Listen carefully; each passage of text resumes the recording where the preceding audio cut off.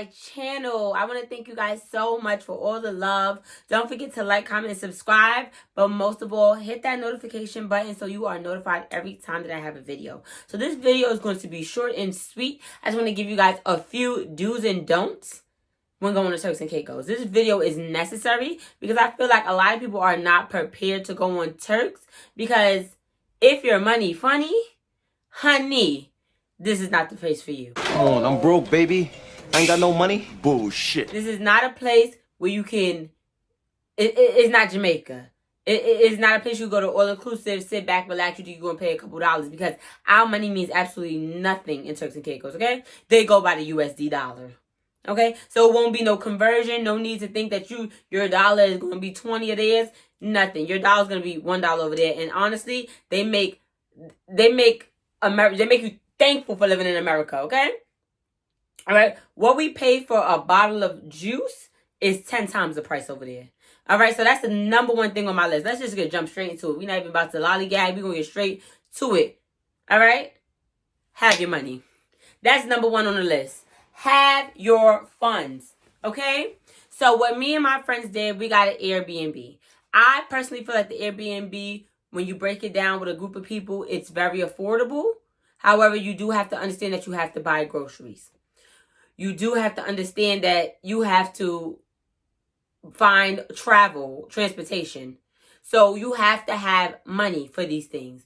It's not going to be cheap. If you go back to my vlog, I'll link it below. You see that in the supermarket, first day, we spent about 500 and something change. And that only lasts us, I want to say that food lasts us a day or two. No cap in our wrap. A day or two. Maybe two, if we're lucky. And we didn't eat breakfast, lunch, dinner at home. We also ate some food outside. So I'm telling you right now, it's very, very expensive. Very, very, very expensive. So if you want to do excursions, I say do your research in advance. So that's what number 2 would be. Do your research. Research the things that you want to do and have enough money for it. If you want to do the jet cars, I always say don't go with the first people, because the first one, you don't understand that there's competitors, and competitors are always going to have different rates. You want to compare who's cheaper. You want to get more bang for your buck. The people that we went to only charged us, I want to say $380, but that could be split amongst 2 people if you get in a car with somebody else. However, I did see a lot of places charge $5 and up. So definitely do your research. Do your research and price it out accordingly. And the people that you're going with, you want to let them know. I always say it's better to have more money than less. It's better to leave that island with money in your pocket than leave that island trying to figure out how you're going to pay your rent when you get back, or trying to figure out how you're going to pay to check your bag. You want to be able to have your money together. Number 3, the food is not the best in Turks and Caicos. I recommend, if you don't get a chef, cook your own food if you're not staying at a hotel and if you're able to. The food, a popular restaurant we went to was Mr. Grouper's. It was not good. A lot of the food that was there, the local food, I didn't enjoy it. It wasn't good to me. But, however, Aziza restaurant is delicious.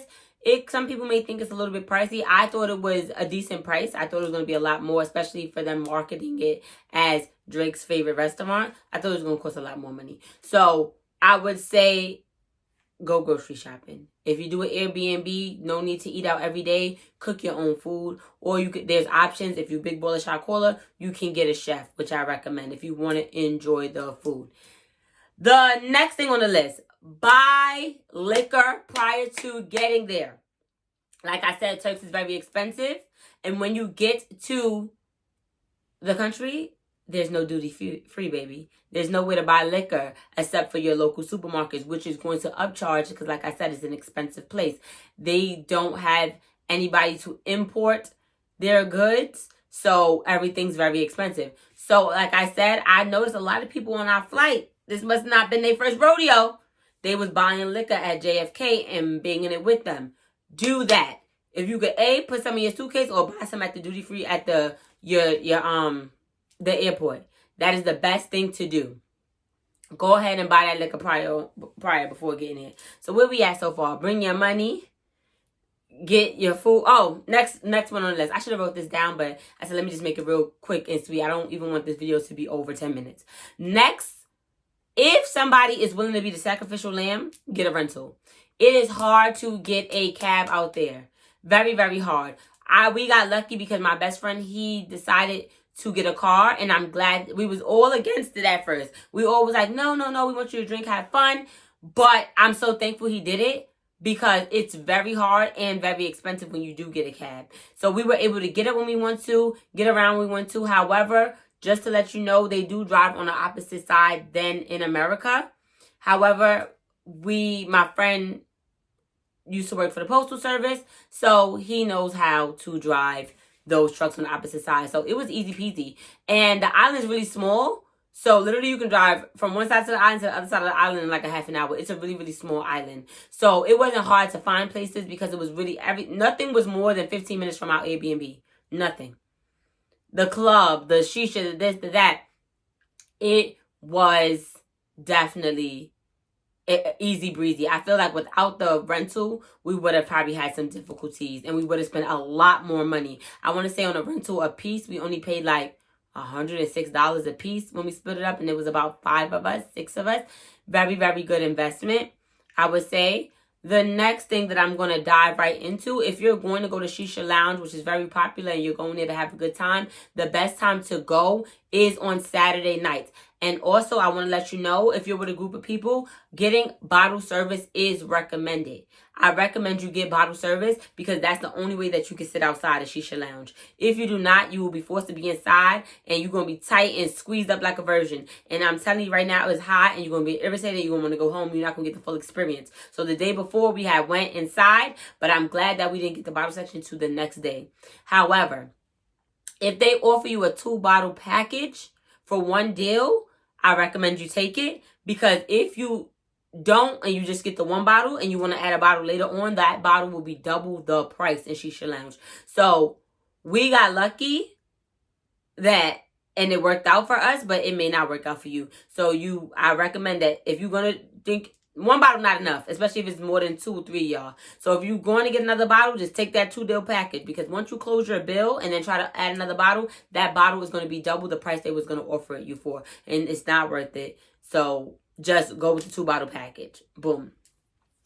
Last but not least, I think I covered everything, but last but not least, Noah's Ark. If it's raining, don't bother to go. Don't bother to go, because if it's raining, the DJ is not going to come out because it's raining. You're going to be stuck under one awning together, irritated. Don't even bother. If your Sunday came and it rained, babe, just come back to Turks another time. Don't even waste your time paying the $30 round trip boat fee and buy a bottle and do all those things, because that's not going to change the situation. Things is not going to light up, and Drake is definitely not going to pop out. So the best thing for you to do is, if it's raining that Sunday, watch that forecast for that Noah's Ark. And if it stay raining all day, it's a no play. All right? So I hope you guys enjoyed this video. I gave you all my do's and all my don'ts, but I'm going to spin the block on this last one. If your money funny, don't book that trip to Turks. Don't book the trip to Turks until you can financially afford to have a good time. Because if you want to have a good time, you have to indulge in all the expensive shit, which is going out, getting bottles, doing these things. That lifestyle is engaging in it for the weekend is what's going to bring the fun. Staying home and going to the beach, bleh, is not going to bring vibes to that type of event. If y'all want me to do another video on breaking down how much excursions cost, how much food costs, breaking it down individually, I can do that. Just let me know in the comments. But this was something just short and sweet. If you're going to Turks, this is something that I recommend to you. Don't forget to like, comment, and subscribe. Love you guys. Bye, Bookie.